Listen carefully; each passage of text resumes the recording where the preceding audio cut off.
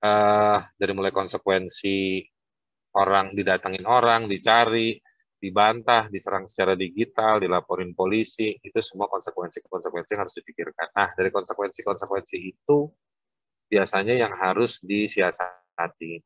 Teman komika yang diserang tadi itu masuk ke ranah privacy loh. Anaknya sampai trauma karena ngelihat bapaknya dicekek sama orang yang serang secara fisik.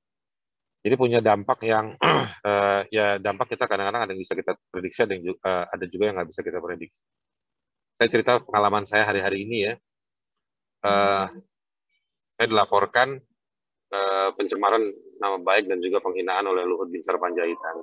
Menariknya, ternyata Luhut Binsar Panjaitan eh, hanya melihat dari sisi sosial media YouTube saya aja, tapi dia tim lawyernya dan juga bahkan polisi seiring dengan dia tidak mau masuk ke materi yang kami bicarakan.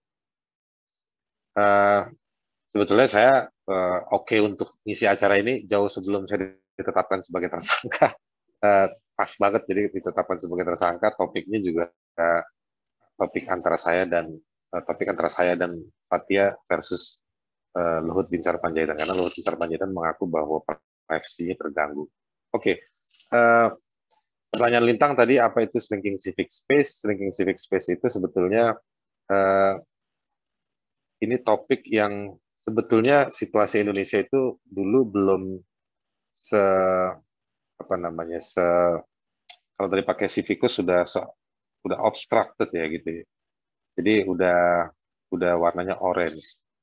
Jadi kira-kira 10 tahun, 7 tahun yang lalu, kebetulan saya suka ikut di beberapa pergaulan organisasi HAM internasional.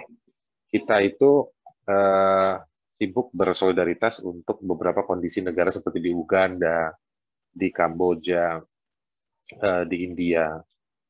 Jadi isu-isu soal serangan terhadap warga sipil itu mulai secara internasional sudah mulai teridentifikasi. Bahkan EU Human Rights Forum kira-kira 6 tahun yang lalu, 5 tahun yang lalu juga sudah mendedikasikan satu forum itu untuk membahas bagaimana shrinking civic space ini terjadi dan akan memburuk di dunia. Dan itu akhirnya juga terjadi secara lebih ekstrim di Indonesia.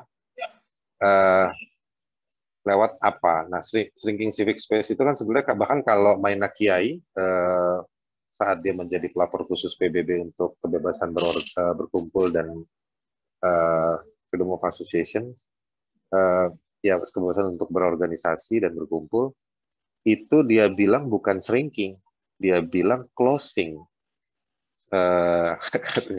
Pas kita baca laporannya, pas kita ngobrol sama Maina, karena dia kebetulan masuk ke negara-negara yang situasinya udah bukan menurun lagi, udah bukan mengerenyit lagi, bukan menyempit, tapi emang udah totally close gitu, kayak semacam di India, Amnesty diusir, Amnesty Internasional, beberapa kantor NGO itu dimintain satu mekanisme administratif yang harus minta leges dari pengadilan dan lain-lain.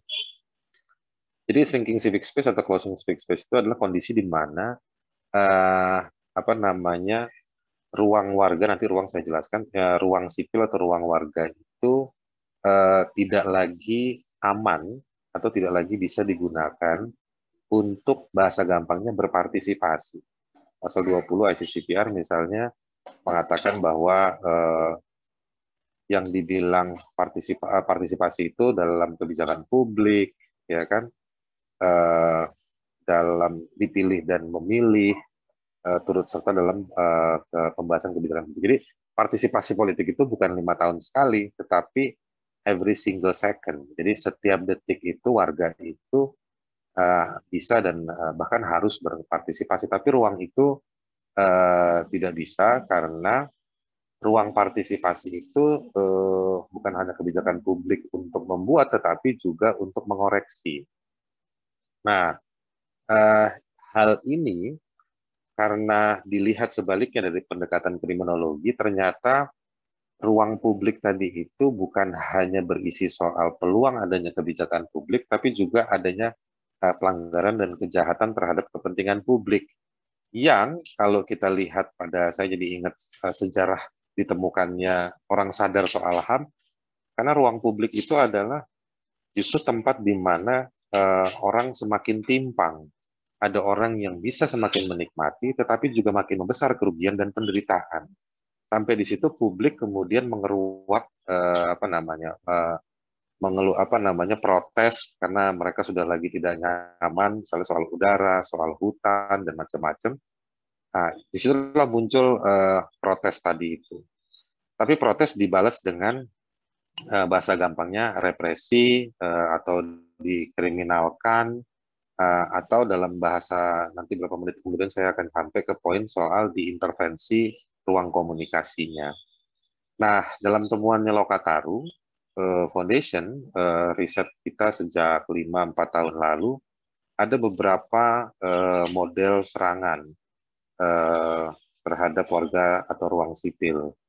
Satu, itu diserang secara fisik ya, dipukul, dibunuh atau dihilangkan hak untuk bergeraknya.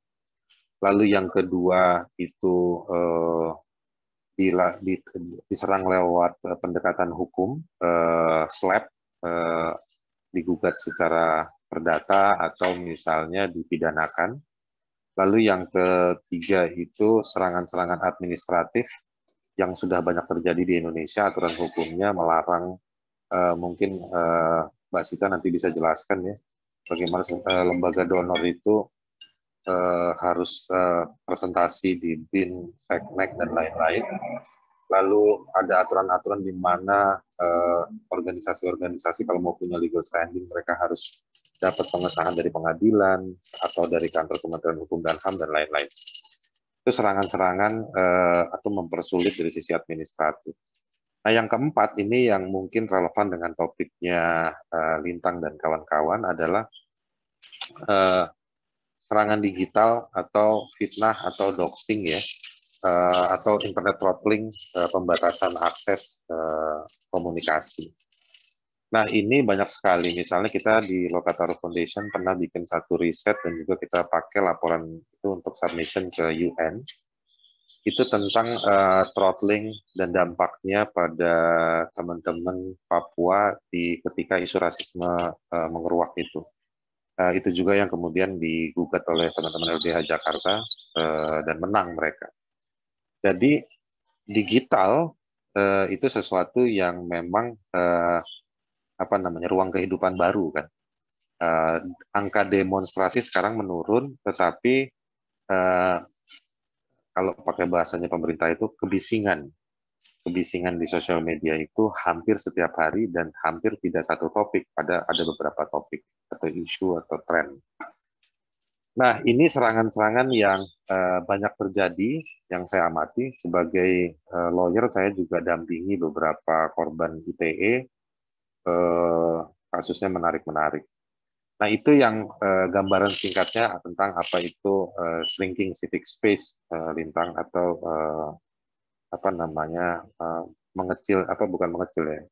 meredup atau hilangnya ruang warga untuk berpartisipasi. Thank you Bang Haris. Nah, mungkin ini pertanyaan follow up juga, kaitannya kalau dari kasus Bang Haris sendiri mungkin bisa sharing juga gitu ya.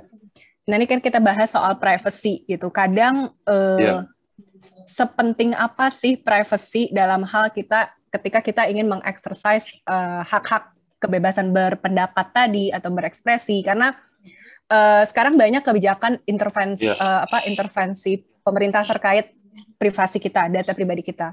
Dan ada juga banyak anggapan yang bilang ya sebenarnya kita nggak perlu takut kalau kita nggak menyembunyikan atau apa-apa, atau kita tidak perlu takut kalau kita tidak melakukan kejahatan. Tapi kan kasusnya akan jadi sangat berbeda gitu. Tidak hanya buat Bang Haris yang misalnya aktif, memang secara aktif gitu ya, bekerja pada isu HAM, tapi pada akhirnya semuanya gitu. Makanya tadi di paguyuban ITE ada semua bisa kena gitu dengan adanya ini. Mungkin aku mau minta itu satu nanti pandangan dari Bang Haris, dan sebelumnya nanti saya akan tanya juga ke Mbak Sita dan Mbak Dara terkait dengan isu ini, dan mau ngingetin sekalian buat teman-teman peserta mungkin nanti bisa langsung diketik aja kalau ada pertanyaan nanti sebelum Bang Haris pergi kita bisa bahas 1-2 pertanyaan dari pertanyaan rekan-rekan peserta. Mungkin silakan Bang Haris terkait kaitannya dengan privasi dan perlindungan data tadi. Ya, makasih Lintang. Sejauh yang saya pahami, kita tidak punya undang-undang perlindungan privacy atau perlindungan data privacy yang hari ini sedang banyak dibahas. Katanya ada RUU-nya, tapi statusnya di DPR. Saya juga nggak paham. Kadang DPR kan kadang-kadang dalam semalam tiba-tiba bisa muncul deh kayak undang-undang IKN. Nah, kita nggak punya satu safeguard, rangka solid untuk melindungi privacy itu nggak ada.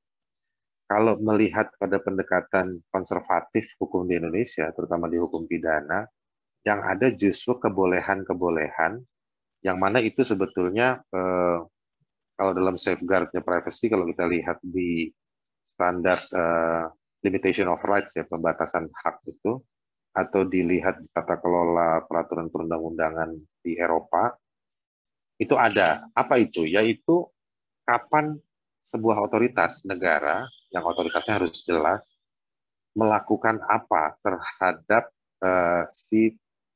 secara umum saya mau bilang privacy.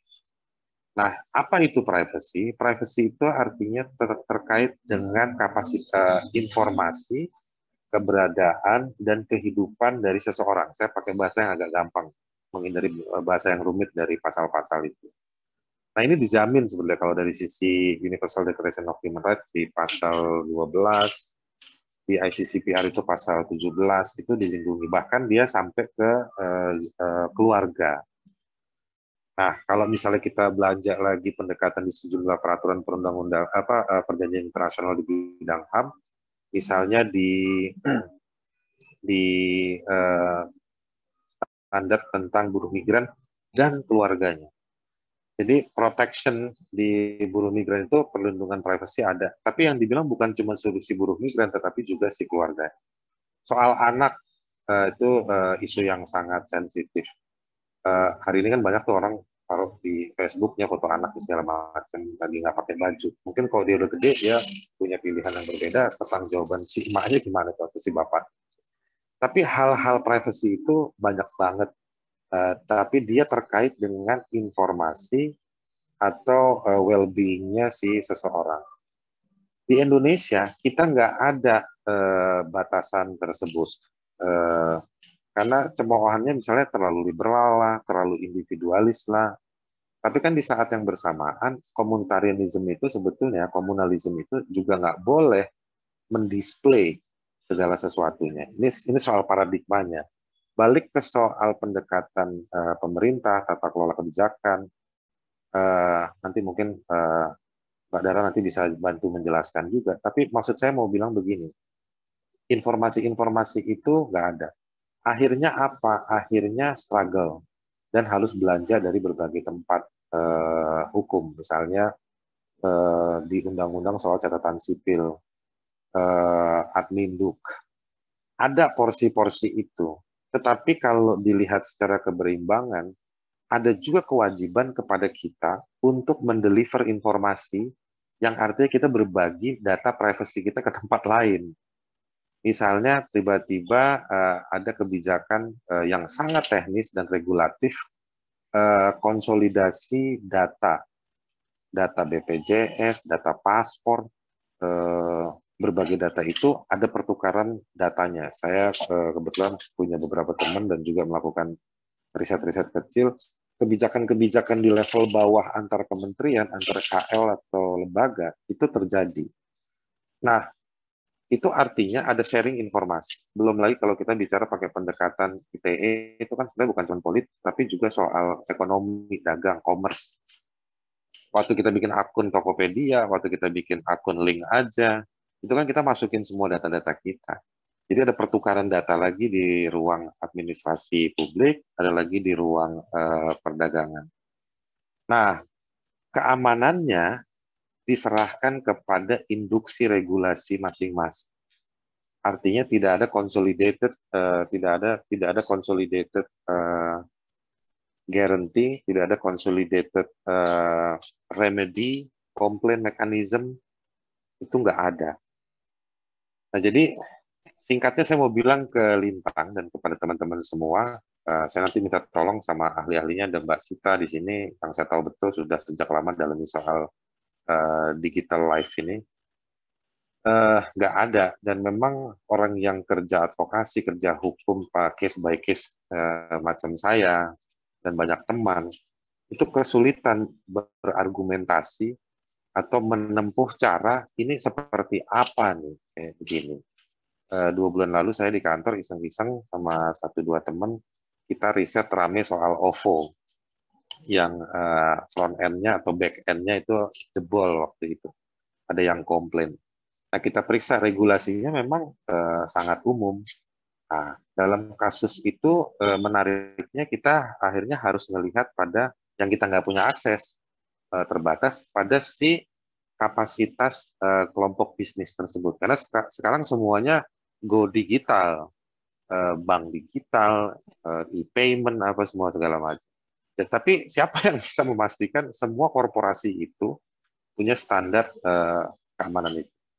Saya coba cek, menarik ya, ngelihat kemarin Goto ya, Gojek sama Tokopedia gabung. Ada bakal dalam pendekatan pasar modal itu ada satu yang penting namanya legal due diligence, mendisplay ketertiban menurut hukum bagaimana perusahaan itu. Tetapi saya nggak ketemu spesifik di bagaimana misalnya perusahaan-perusahaan tersebut itu mendeklar keamanan atau mendeklar bahwa mereka punya komitmen untuk membangun safeguard dalam pendekatan bisnis. Nah, di UN yang di 2018 lalu keluar apa namanya resolusinya tentang apa namanya privacy rights itu apa namanya dalam dunia digital age mereka sebutnya, itu sebenarnya ada, saya ngikuti di 3 tahun terakhir ini, ada juga perkembangan bagaimana kelompok-kelompok yang mengadvokasi misalnya privacy internasional itu cukup ngotot bawa barang itu ke perusahaan-perusahaan. Tapi selalu rate-nya muncul tiap tahun, perusahaan-perusahaan itu juga nggak bagus. Yang terbaik, bukan yang sempurna, itu cuma Google. Bahkan Facebook skandalnya jebol kemarin kan pasca pemilu Amerika. Jadi kelas internasional saja compliance-nya rendah. Ada satu persoalan lagi di Indonesia kalau melihat soal binomo, lihat ini kasus-kasus yang kita juga bantuin beberapa di sini, orang yang investasi naruh duit. Ternyata pas kita ngobrol sama klien-klien kita itu ada 3-4 klien itu, mereka itu antusiasmenya untuk naruh duit lewat perangkat digital tinggi, tapi pemahaman apa namanya kapasitas narasi mereka, apa digital narasi mereka, pemahaman knowledge mereka sama digital itu mohon maaf saya mesti bilang ya nggak terlalu kompetitif. Kalau spesifik ya tadi, kalau misalnya ruang serangan ke sipil dalam konteks digital apa yang bisa dilakukan, menurut saya memang kita harus belanja dari berbagai mekanisme ya. Satu, pertama misalnya kalau ngomongin ekspresi tentang apa yang kita ekspresikan, pertama pastikan dulu kalau memang ada kapasitas dan kemampuan soal pilihan narasinya, bahannya, narasumbernya, durasinya, berbagai hal. Lalu juga cek lagi yang kedua, aplikasi, misalnya keamanan aplikasinya, lalu apa kita mesti tahu sejauh mana itu misalnya nanti yang ngambil atau belanja dari materi ekspresi kita di digital, karena itu bisa dilihat sama oleh siapapun. Tapi kan sekarang juga ada tuh yang close friend aja yang bisa lihat. Nah, kita perlu tahu soal-soal yang kayak begitu dan diskusikan dengan tim tim apa misalnya tim kalau punya tim bagus lah, kalau nggak punya juga diskusi sama teman. Itu mempersiapkan diri, mempersiapkan alatnya, tahu mekanismenya. Yang berikutnya lagi prediksi konsekuensinya. Dari mulai konsekuensi orang didatengin orang, dicari, dibantah, diserang secara digital, dilaporin polisi, itu semua konsekuensi-konsekuensi yang harus dipikirkan. Nah, dari konsekuensi-konsekuensi itu biasanya yang harus disiasati. Kemarin diminta juga sama teman-teman komika untuk bantu nyusun soal risk management.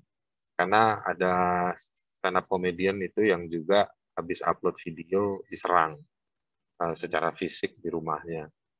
Nah, jadi memikirkan bagaimana perangkat keamanan di kita, lalu secara hukum argumentasinya apa saja yang bisa digunakan, lalu harus proof evidence based, punya bukti, itu penting. Banyak konsultasi sama teman-teman yang ngerti hukum. Kenapa saya ngomong gini semua? Karena memang kita nggak punya perangkat ya. Teman komika yang diserang tadi itu masuk ke ranah privacy loh. Anaknya sampai trauma karena ngelihat bapaknya dicekek sama orang yang serang secara fisik. Jadi punya dampak yang ya dampak kita kadang-kadang ada yang bisa kita prediksi, ada juga yang nggak bisa kita prediksi. Nah, kenal dengan berbagai saya bilangnya jenis ya, jenis profesi, teman dari berbagai kalangan itu jadi penting banget. Karena at the end, saya mohon maaf, digital memang lagi gila-gilaan, tapi ada banyak hal di Indonesia ini, at the end, itu kembali ke arena offline. Jadi, jangan ngehips aja happy, heboh di online, tapi begitu offline kesepian gitu. Nah, jadi harus diseimbangkan, terutama dalam konteks menyelesaikan dalam dampak-dampak digital itu. Kalau bicara aturan perundang-undangan itu ada yang bisa digunakan. Selak-selaknya ada. Saya cerita pengalaman saya hari-hari ini ya. Saya dilaporkan pencemaran nama baik dan juga penghinaan oleh Luhut Binsar Panjaitan. Menariknya, ternyata Luhut Binsar Panjaitan hanya melihat dari sisi sosial media YouTube saya aja, tapi dia tim lawyernya dan juga bahkan polisi seiring dengan dia tidak mau masuk ke materi yang kami bicarakan. Padahal itu juga materi soal kebijakan publik kan, soal pejabat publik, soal transparansi, tanggung-jawaban sumber daya alam dan lain-lain. Nah itu dilihat hanya sepihak. Nah kita harus kuat-kuatan untuk dorong materi itu. Nah itu makanya ini sekarang saya dalam perjalanan menuju Polda, selain ngasih barang bukti juga mau bikin pelaporan bahwa sebetulnya yang kita bicarakan itu ada materi pidana dari orang yang kita bicarakan dan dia harusnya diminta pertanggungjawaban juga. Jadi saya sih nggak merasa ya terbebani dari sisi